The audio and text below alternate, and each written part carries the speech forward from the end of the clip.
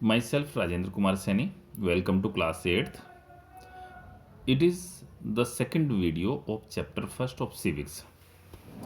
In the first video, I told you about the constitution and what does a country need a constitution. In this video, I will tell you about the key features of Indian constitution. By the beginning of the 20th century, the Indian national movement had been active.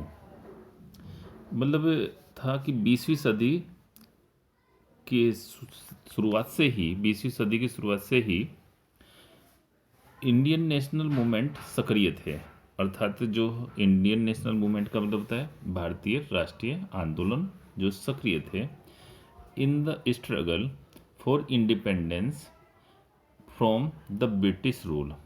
मतलब जो भारतीय British rule से स्वतंत्रता के लिए संघर्ष में थे। For the from the British rule held several decades. जो ये संघर्ष जो थे वो बहुत ही कुछ दशकों तक रहे। During the freedom struggle the nationalist were planning what a free India would be like. मतलब जो राष्ट्रवादी लोग थे वो जिन्होंने स्वतंत्रता के लिए संघर्ष करते हुए उस समय भी ये प्लानिंग कर रहे थे कि भारतीय स्वतंत्र भारत वो किस तरह का होगा। They were imagining that free India should be a democratic.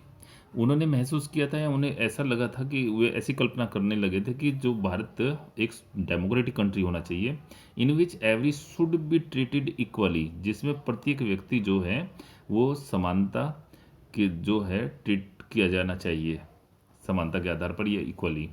And be allowed to participate in government, और जो है वो गवर्नमेंट में पार्टिसिपेट भी करें। A group of 300 peoples who became members of the constituent assembly in 1946।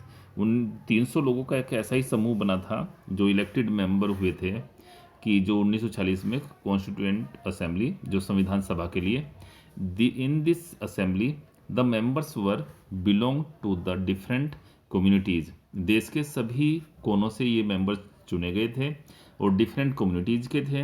Who spoke different language, और वो जो अलग भाषा बोलते थे। दे हैड डिफरेंट कल्चर, उनकी डिफरेंट कल्चर थी, लेकिन फिर भी all the issues of all communities kept on the mind और of the members.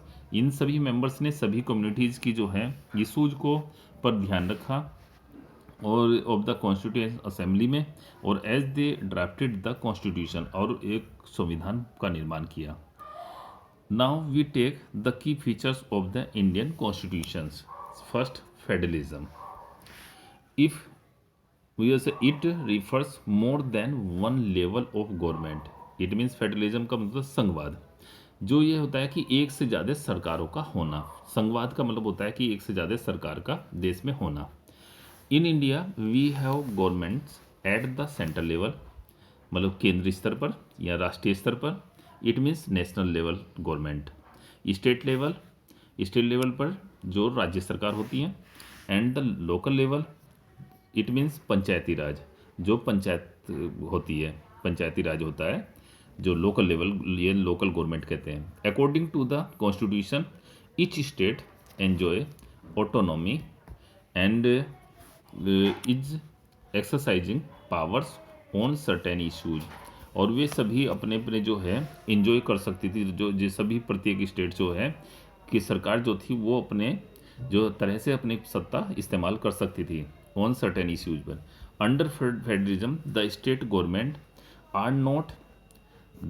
Are not merely agents of the federal government. इसका मतलब होता है कि केंद्र सरकार के जो इन सर्टेन इश्यूज पर फेडरलिज्म के अंतर्गत जो है वो केंद्र सरकार की प्रतिनिधि नहीं होगी, ऐसा उसमें संविधान के अकॉर्डिंग। पार्लियामेंट नेक्स्ट जो फीचर्स है, पार्लियामेंट्री फॉर्म ऑफ गवर्नमेंट, अर्थात जो है पार्लियामेंट्री की मतलब संसदीय शासन, जो शासन की संसदीय पद्धति। The representatives of the different tier of government are elected by the people. It means क्योंकि जो रिप्रेजेंटेटिव होते हैं वो डिफरेंट टायर ऑफ गवर्नमेंट के या अलग अलग गवर्नमेंट के are elected by the people, वे लोगों के द्वारा चुने जाते हैं। Constitution of India guarantees the universal adult suffrage for the all citizen, अर्थात यूनिवर्सल एडल्ट फ्रेंचाइज सफ्रेज जो जो यहाँ पर जो है सार्वभौमिक मताधिकार मिला है, इसकी गारंटी जो है कॉन्स्टिट्यूशन देता है कि universal adult suffrage means every citizen who is 18 years old और above have right to vote. मतलब होता है कि जो यूनिवर्सल एडल्ट है, जो ये सफ्रेज है, इसका मतलब होता है कि सभी को जो 18 वर्ष या उससे ऊपर की आयु के सभी लोगों को वोट डालने का अधिकार है। They elect their representative by voting, वे वोटिंग से अपने रिप्रेजेंटेटिव को चुन सकते हैं। नेक्स्ट टॉपिक है separation of power. According to the constitution there are 3 organs of the state, अर्थात जो सेपरेशन ऑफ पावर का मतलब होता है शक्तियों का बंटवारा। According to the constitution, constitution के अनुसार सरकार के 3 अंग होते हैं। These are legislature, executive and judiciary. Legislature का मतलब विधायिका, कार्यपालिका एंड न्यायपालिका। The legislature is the group of elected representatives, अर्थात जो है चुने हुए लोगों का एक समूह होता है विधायिका। Executive is a smaller group of people who are responsible for implementing laws and running the government. और ये जो है एग्जीक्यूटिव की जिम्मेदारी होती है, एक स्मॉलर ग्रुप होता है या नौकर साहू के समूह को हम कार्यपालिका कहते हैं। जो एग्जीक्यूटिव कहते हैं मतलब नौकर साहू के समूह को, इसमें जो है इनकी रेस्पॉन्सिबिलिटी होती है कि जो विधायिका के द्वारा कानून बनते हैं उनको इम्प्लीमेंट करना एंड रनिंग द गवर्नमेंट, और सरकार चलाने में सहायता करना है, सरकार चलाते हैं। एंड इसमें judiciary provides a mechanism for resolving dispute.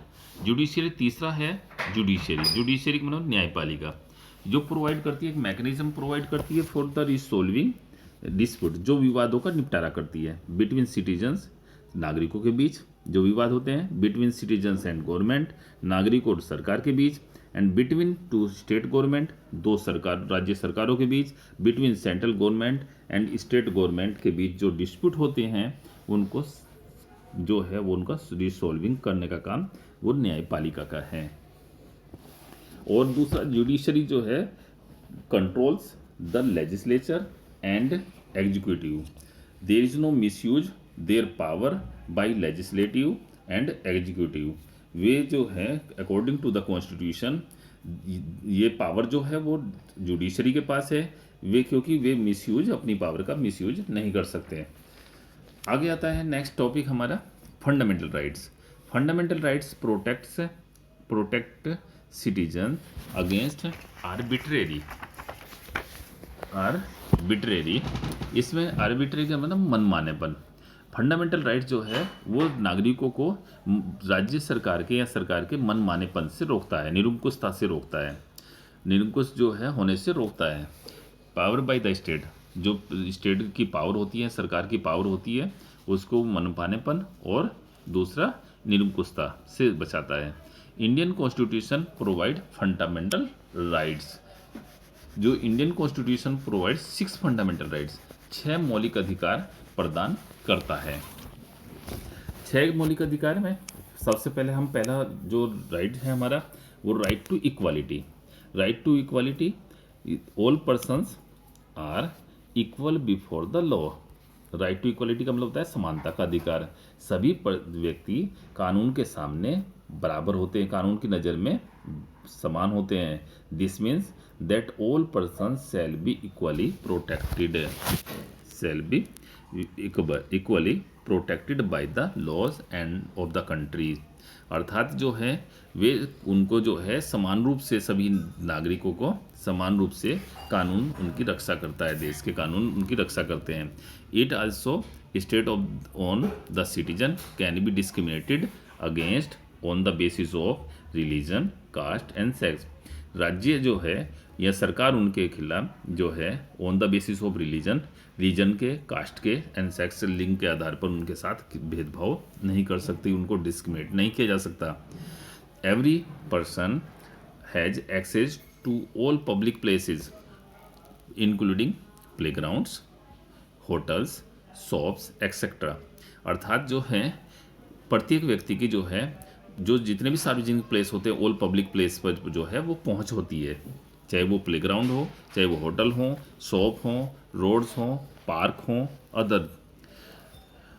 Next, the state can not discriminate against any one in the matter of employment. और रोजगार के मामले में भी जो है वो किसी राज्य या सरकार जो है वो भेदभाव नहीं कर सकती। अब जो है नाउ इन जो the practice of untouchability has been also abolished. और इसमें जो है समानता के अधिकार के अंतर्गत जो है अस्पृश्यता को भी समाप्त कर दिया गया है। अब सेकंड हमारा है right to freedom. Right to freedom स्वतंत्रता का अधिकार। This includes the right to freedom of speech and expression. अर्थात जो है right to freedom of speech, भाषण देने का अधिकार की स्वतंत्रता, एंड एक्सप्रेशन, अभिव्यक्ति की स्वतंत्रता।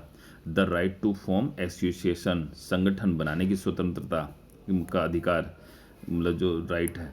The right to move freely and reside in any part of the country, देश के किसी भी भाग में बसना और घूमना, स्वतंत्र रूप से घूमने का अधिकार।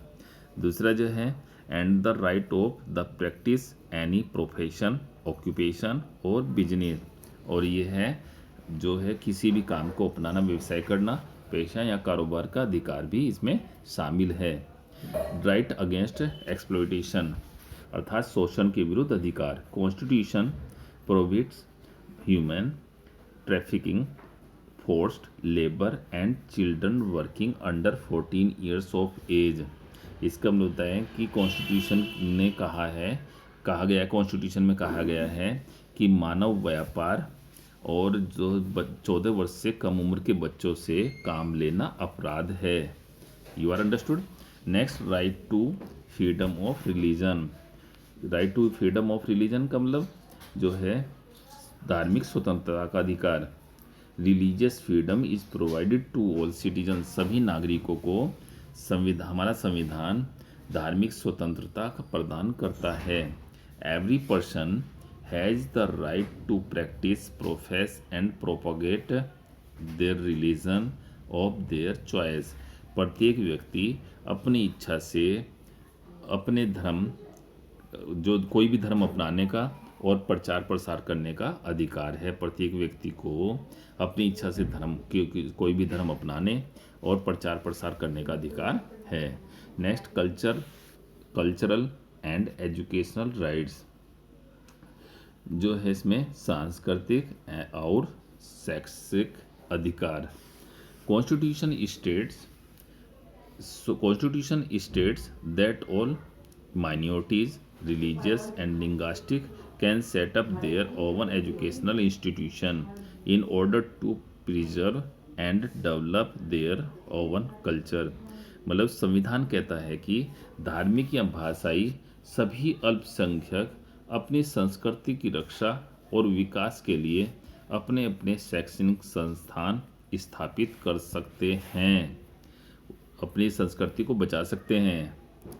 You are understood. Right to constitutional remedies, इसका मतलब होता है संवैधानिक उपचार का अधिकार, जो सभी अधिकारों की रक्षा करने का अधिकार है। ये जो सभी अधिकार, जितने भी अधिकार, 5 अधिकार पढ़े आपने, उनको जो है सुरक्षा प्रदान करता है।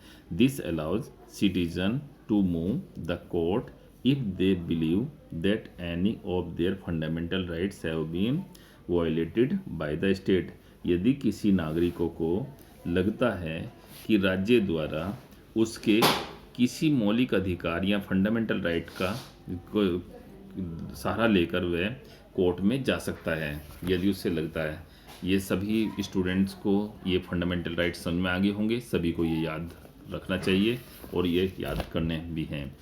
सेकुलरिज्म, नेक्स्ट है सेकुलरिज्म, धर्मनिरपेक्ष। धर्मनिरपेक्ष का मतलब जानते होंगे कि इसमें a secular state is one in which the state does not official promote any one religion as the state religion. ना तो राज्य का कोई अधिक रिलीजन होता है और ना ही वो ऑफिशियली जो है किसी धर्म को, राज्य का कोई धर्म होता है और ना ही कोई जो है उसका मतलब जो है ऑफिशियली उसको प्रमोट कर सकता है। अर्थात धर्मनिरपेक्ष का मतलब ये समझ में आ गया होगा कि धर्मनिरपेक्ष के अंतर्गत जो सरकार का कोई अपना धर्म नहीं होता और ना ही किसी धर्म को वो ऑफिशियली प्रमोट कर सकती है। Thank you. This chapter is over. Okay.